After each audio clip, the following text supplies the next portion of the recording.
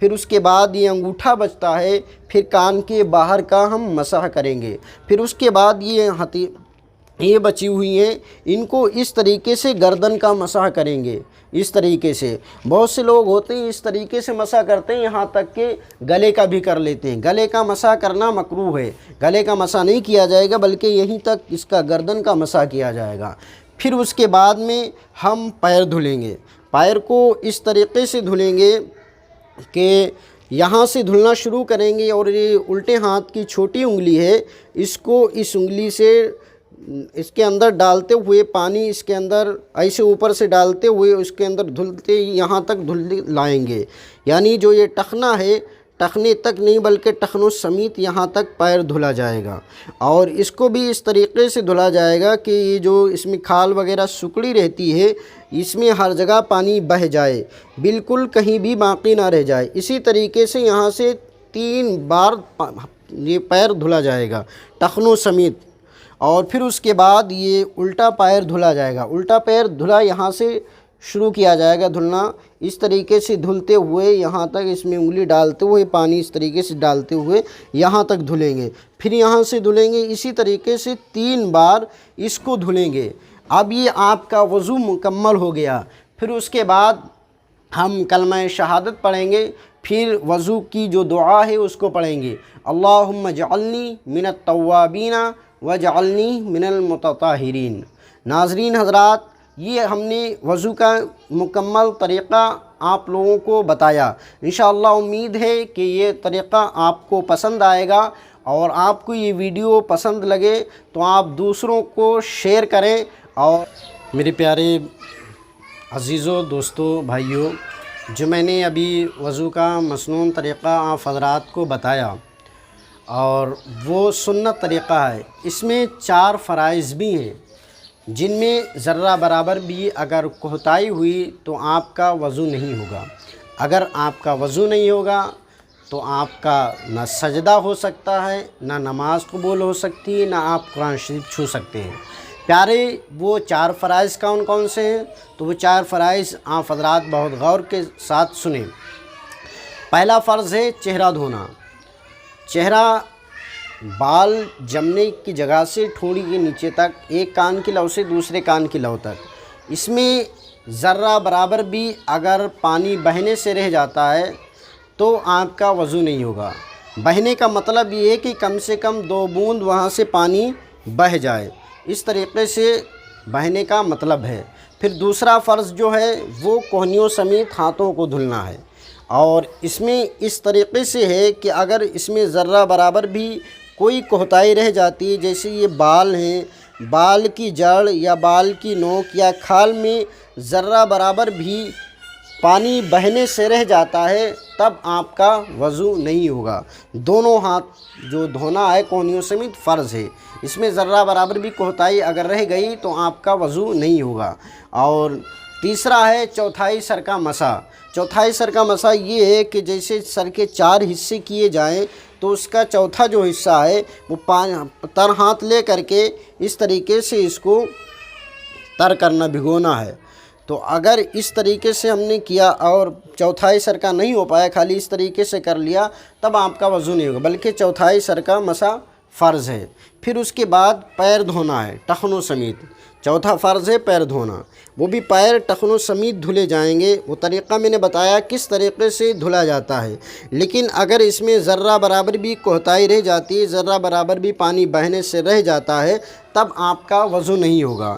اسی طریقے سے دوسرا پیر بھی جو ہے وہ بھی دھونا فرض ہے، یعنی دونوں پیر دھونا فرض ہے۔ دونوں پیروں میں اگر ذرہ برابر بھی کوتاہی رہ جاتی پانی بہنے سے، تب آپ کا وضو نہیں ہوگا۔ اسی طریقے سے یہ 4 فرض جو میں نے بتائے ہیں وضو کے اندر فرض ہے۔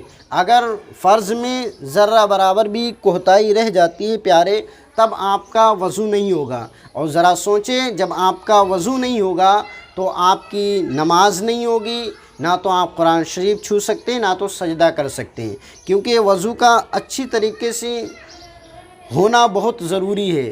اور ذرہ برابر بھی کوتاہی رہ جاتی ہے تب وضو نہیں ہوتا ہے۔ تو پیارے، اس چیز کو آپ غور سے سنیں، دیکھیں اور اس پر توجہ کریں۔ السلام علیکم۔